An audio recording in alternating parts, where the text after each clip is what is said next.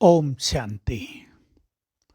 स्वयं भगवान ज्ञान के सागर अपनी महान आत्माओं को पढ़ाने के लिए आए हैं, राजयोग सिखा रहे हैं और कहते हैं, बच्चे, इस राजयोग से तुम्हारे जन्म जन्म के विकर्म विनाश हो जाएंगे, तुम कर्मातीत हो जाओगे।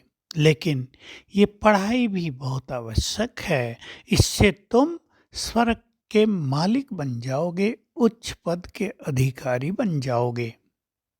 कई लोग सोचते हैं कि हम तो बहुत अच्छा योग करते हैं, चलो 5-6 घंटे भी योग कर लेते हैं, काफ़ी है।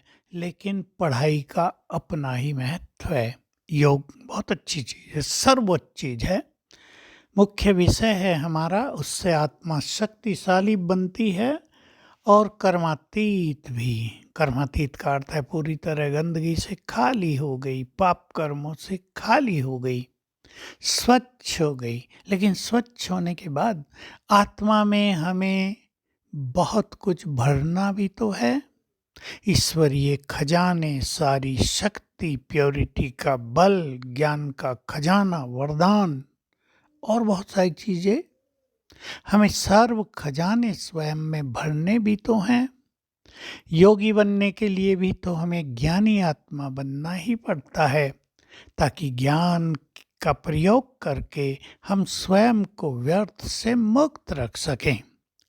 अगर हम ज्ञान ही नहीं सुनेंगे, ज्ञान के खजाने से भरपूर नहीं होंगे, पढ़ाई पे ध्यान नहीं देंगे, घर बैठे मुरली सुन लेंगे, मुरली का रस नहीं लेंगे, मुरली की जो मुख्य मुख्य बातें हैं उनको जीवन में अपनाएंगे नहीं, तो हम सर्व खजानों से भरपूर कैसे बनेंगे।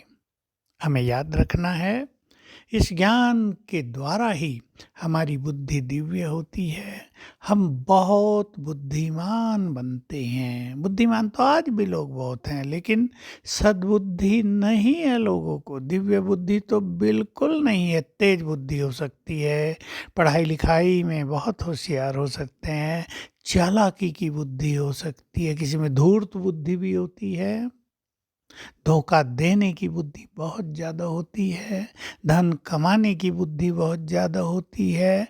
लेकिन इस ईश्वरीय पढ़ाई से मिलती है सद्बुद्धि, दिव्य बुद्धि, पवित्र बुद्धि, सूक्ष्म बुद्धि। तो हम सभी अपने को पारस बुद्धि बनाएंगे।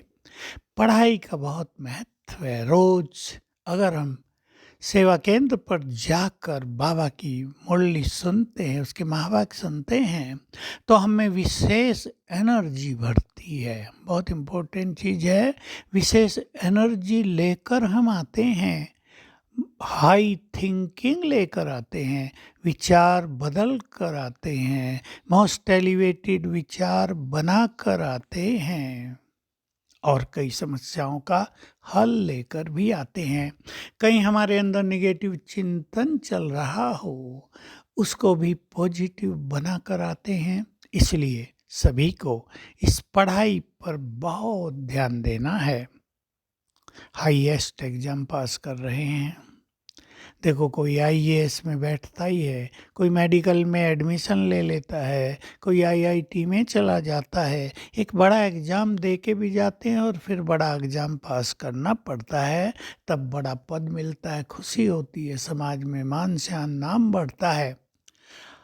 हमारी पढ़ाई, जिसको पढ़ाने वाला स्वयं भगवान, और पद हाईएस्ट ऑन हाई, विश्व महाराजन का, वो भी एक जन्म नहीं, जन्म जन्म का श्रेष्ठ भाग्य प्राप्त करने का, श्रेष्ठ पद प्राप्त करने का सुंदर अवसर।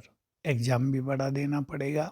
एग्जाम है माया को जीतने का, भिन्न भिन्न विघ्नों को पार करने का, समस्याओं को खेल की तरह समाप्त कर देने का बड़ा एग्जाम हमारा होता है। प्रतिदिन हमारी परीक्षा होती है। जीवन ही एक बहुत सुंदर सूक्ष्म परीक्षा है।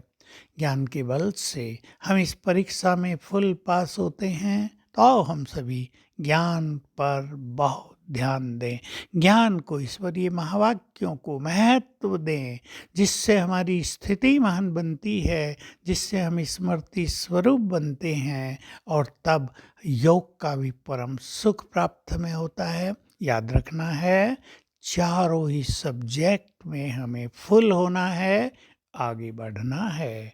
ओम शांति।